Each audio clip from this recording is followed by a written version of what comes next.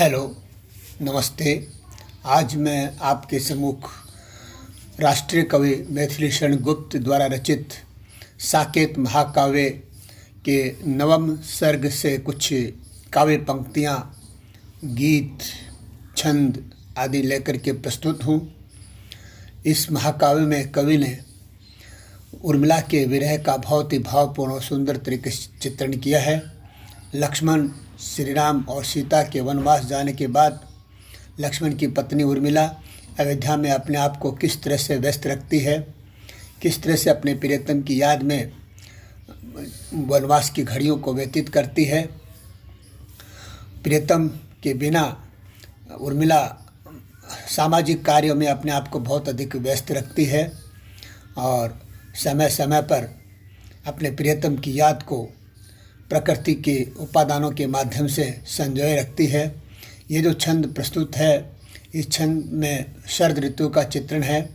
शरद ऋतु में कुछ खंजन पक्षी अयोध्या में उर्मिला के उपवन की या महल की तरफ आए हैं, जो कि बहुत सुंदर हैं। उनको देख करके उर्मिला अपने सखी से क्या कहती है, देखिए कवि ने किस तरह से उर्मिला के भावों को पिरोया है। निरख सखी ये खंजन आए, फेरे उन मेरे रंजन ने, नैन इधर मन भाए, फैला उनके तन का आतप, मन ने सर सरसाए, घूमे वे इस ओर यहाँ, वे हंस यहाँ उड़ छाए, करके ध्यान आज इस जन का, निश्चय वे मुस्काए, फूल उठे हैं कमल अधर से, ये बंदूक सुहाए, स्वागत स्वागत शरद भाग्य से, मैंने दर्शन पाए, नभ ने मोती वारे, लो ये अश्रु सुखा कर लाए, निरख सखी ये खंजन आए। इस पद में खंजन एक पक्षी विशेष के लिए प्रयुक्त हुआ है, जिसके नेत्रों की उपमा नायिका के उपमा से दी जाती है, नायिका की आँखों से दी जाती है। इसकी आँखें बहुत सुंदर मानी जाती हैं। आतप का अर्थ गर्मी से है और बंदूक का मतलब एक फूल से है, जो कि लाल रंग का होता है। और देखिए क्या कह रहे हैं कवि। ये प्रसंग यही है कि मैथिली शरण गुप्त के साकेत महाकाव्य के नवे सर्ग से ये काव्य पंक्तियाँ ली गई हैं और इसमें विरहिणी उर्मिला के मन के हृदय के भावों का चित्रण किया गया है। उर्मिला अत्यंत भाव विवल होकर खंजन पक्षियों को देखकर अपने सखी से कहती है कि देखिए, उर्मिला कहती है, हे सखी देख, ये खंजन पक्षी आ गए हैं। इनको देखकर ऐसा लगता है ये खंजन पक्षी नहीं हैं, अपितु मेरे प्रियतम ने अपने सुंदर नेत्र ही मेरी ओर भेजे हैं। ये मेरे मन को बहुत अधिक अच्छे लग रहे हैं, यानी भले लग रहे हैं। उन प्रियतम के मन का आतप, यानी मेरे प्रियतम जो वनवास हैं और वनवास में रह कर के जो मेरी याद उनके मन में है, उस याद को ही संजोने के लिए इन खंजन पक्षियों के माध्यम से पंख फैलाकर या भेजकर मेरे मन को आनंद प्रदान कर रहे हैं। यानी कहने का मतलब है कि हे सखी, ऐसा लगता है कि मेरे प्रियतम ने मेरे संताप को दूर करने के लिए और इन पक्षियों के माध्यम से अपनी भावनाओं, इन पक्षियों के पंखों के माध्यम से अपनी सुंदर भावनाएं फैला करके मेरे पास भेजी हैं और वे मुझे खुश देखना चाहते हैं। निश्चय ही मेरे वनवासी प्रियतम को आज मेरा स्मरण आया है, उन्होंने मेरा ध्यान किया है और निश्चय ही वे मन ही मन मुस्कुराए हैं। इन पक्षियों को देखकर ऐसा लगता है कि मेरे प्रियतम ही मुस्कुरा रहे हैं। इन पक्षियों के पंखों को देखकर ऐसा लगता है कि मेरे प्रियतम ने अपने मन के भाव इन पंखों के जरिए फैलाए हैं। इसी कारण आज देख सखी, ये कमल भी प्रसन्नता से खिल उठे हैं, बंदूक वृक्ष पर सुंदर फूल खिल गए हैं। यह सब प्रियतम के मधुर स्मृति के कारण ही हुआ है। कमल खिल गए हैं तो शरद ऋतु आ गई है। मैं इस ऋतु का स्वागत करती हूँ। आज मैंने सौभाग्य से इनके दर्शन प्राप्त कर लिए हैं। आकाश से औष कणों के रूप में मोती न्योछावर हो रहे हैं, तो मैं अपने अश्रु रूपी अर्घ्य को प्रियतम को समर्पित करती हूँ। अथवा इस तरह की आनंदायनी प्रतीति होने से मुझ विरहिणी के आंसू भी सुखा दिए गए हैं। मेरी वेदना कुछ मंद पड़ गई है। इस प्रकार उर्मिला जो है अपनी सखी से कहती है, इन खंजन पक्षियों को देख करके, शरद ऋतु को देख करके कहती है कि इन सब को देखकर मुझे ऐसा लगता है कि आज मेरे प्रियतम ने मुझे याद किया है और मुझे खुश देखने के लिए इन खंजन पक्षियों को मेरे पास भेजा है और ये फूल खिले हैं, ये साबित करना चाह रहे हैं कि मेरे आंसू कम हो जाएंगे, मुझे खुश देखना चाहते हैं। ऐसा लगता है कि मेरे प्रियतम मुझे खुश देखना चाहते हैं, मेरे दुख को दूर करना चाहते हैं। इस पद में विशेष रूप से देखा जाए तो विरहिणी उर्मिला की स्मरण दशा एवं उन्माद दशा का चित्रण हुआ है। इन पंक्तियों में उपमा, रूपक एवं उत्प्रेक्षा अलंकार का प्रयोग हुआ है। इसमें विरहिणी की मधुर कोमल भावनाओं के हृदय की व्यंजना हुई है। शब्दावली तत्सम प्रधान एवं भावों के अनुकूल है। भाषा खड़ी बोली हिंदी है। शेष दूसरा छंद देखिए। विरह संग अभिसार भी, भार जहाँ आभार भी, मैं पिंजड़े में पड़ी हूँ किंतु खुला है द्वार भी।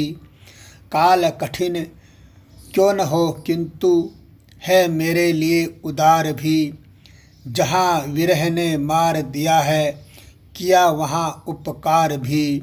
शुद्ध बुद्ध हर ली किंतु दया है काल ज्ञान विचार भी, जना दिया है उसने मुझको जन जीवन है भार भी।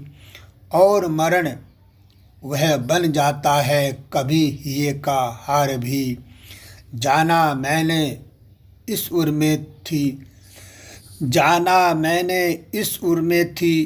ज्वाला भी जलधार भी, प्रिय ही नहीं यह मैं भी थी और एक संसार भी।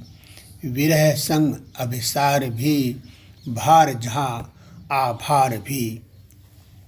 इन पंक्तियों में अभिसार का अर्थ प्रियतम से मिलने के लिए जाना होता है। प्रियतम से मिलन के लिए जाना को अभिसार कहते हैं। जना दिया का अर्थ बता दिया गया है, ज्ञान करा दिया गया है। और काल ज्ञान का अर्थ समय का ज्ञान है। क्या कहती है उर्मिला देखिए। ये अवतरण मैथिली शरण गुप्त द्वारा रचित साकेत महाकाव्य के 9वें सर्ग से लिया गया है। उर्मिला विरह व्यथा के कारण बहुत अधिक भाव विवल हो जाती है। वह अपनी सखी से प्रियतम के साथ अभिसार की लालसा प्रकट करती है, परंतु स्वयं को विवश भी बताती है। उसी प्रसंग में उर्मिला कहती है, मैं विरह व्यथा के साथ ही वेदना की अतिशयता प्रबलता से प्रियतम के साथ अभिसार की लालसा पूरी करना चाहती हूँ।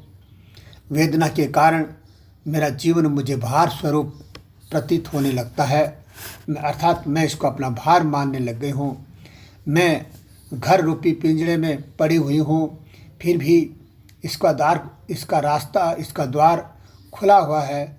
यह विरह काल यद्यपि बहुत कठिन क्यों न हो, किंतु यह मेरे लिए उदार भी है। इसने जहाँ विरह व्यथा से मार दिया या घायल कर दिया, वहाँ हर क्षण प्रियतम की मधुर स्मृति बनी रहने से उपकार भी किया है।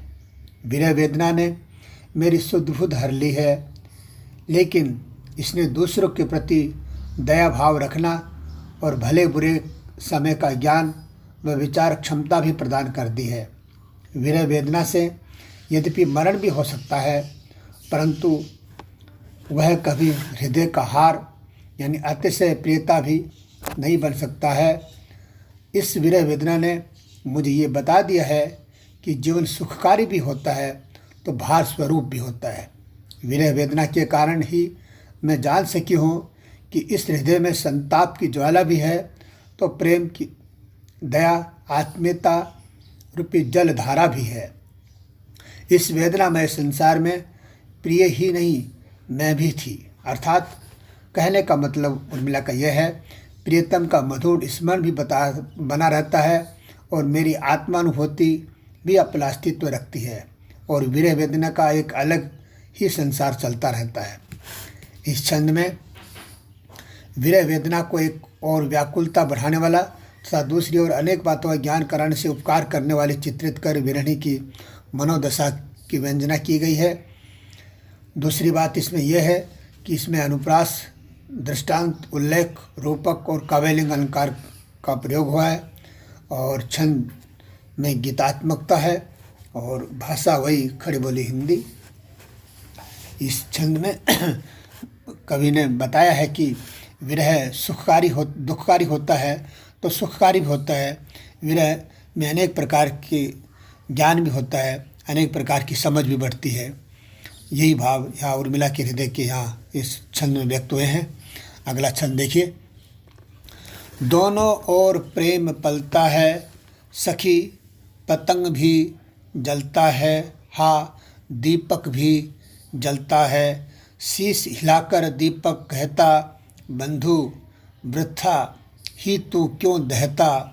पर पतंग पढ़कर ही रहता, कितनी विह्वलता है, दोनों ओर प्रेम पलता है। बचकर हाय पतंग करे क्या, प्रणय छोड़कर प्राण धरे क्या। जले नहीं तो मरा करे क्या, क्या यह असफलता है, दोनों ओर प्रेम पलता है। कभी यहाँ प्रसंग वही पहले वाला है। साकेत महाकाव्य के 9वें सरंग से ये काव्य पंक्तियाँ ली गई हैं। उर्मिला विरह से संबंधित है। यहाँ उर्मिला दीपक और पतंगे के परस्पर प्रेम को आदर्श प्रेम मानकर उसकी प्रशंसा करती है। इसी प्रसंग में उर्मिला अपने सखी से कहती है कि हे सखी, हम तो एक तरफा प्रेम निष्ठा का पालन कर रहे हैं। प्रेम तो वही पवित्र एवं निश्चल रहता है जो दोनों ओर पलता है। यानी भाव यह कि एक तरफा प्रेम बहुत अधिक अच्छा नहीं होता। प्रेम तो वही होता है जहाँ दोनों ओर प्रेम हो, तभी उसकी सफलता या उसकी श्रेष्ठता होती है। उर्मिला इसी संदर्भ में कहती है कि सखी, यद्यपि प्रेम से आकृष्ट होकर पतंगा भी जलता है तो दीपक भी निरंतर जलता रहता है। अर्थात प्रेम के कारण दोनों पक्षों को संताप सहना पड़ता है। प्रेम भाव तो प्रेमी और प्रेमिका दोनों में समान रूप में अपेक्षित रहता है। यहाँ उर्मिला उदाहरण देकर के कहती है कि दीपक स्वयं जलता रहता है, परंतु वह अपनी लौ को हिलाकर, लौ नहीं मानो उसका सिर हो, उसको हिलाकर कहता है, हे बंधु पतंगे, तुम व्यर्थ में ही मेरी लौ पर पड़कर क्यों जलते हो। परंतु पतंगा दीपक की इस बात को नहीं मानता है और लौ पर ही पड़ जाता है। इस प्रकार पतंगे के प्रेम में कितनी व्याकुलता है। आशय यह मतलब कहने का यही है कि प्रेमी और प्रेमिका के हृदय में प्रेम का प्रसार समान रूप से होता है। प्रेम सदा उभयनिष्ठ यानी दोनों हृदय में रहकर पल्वित होता है और यही प्रेम का उदात्त एवं पवित्र स्वरूप है। यहाँ उर्मिला कहना चाहती है कि प्रेम दोनों पक्षों में होता है, दोनों हृदय में पलता है। एक तरफा का प्रेम कभी पूर्णता पर नहीं पहुँचता है, इसलिए प्रेम दोनों हृदय में होना चाहिए।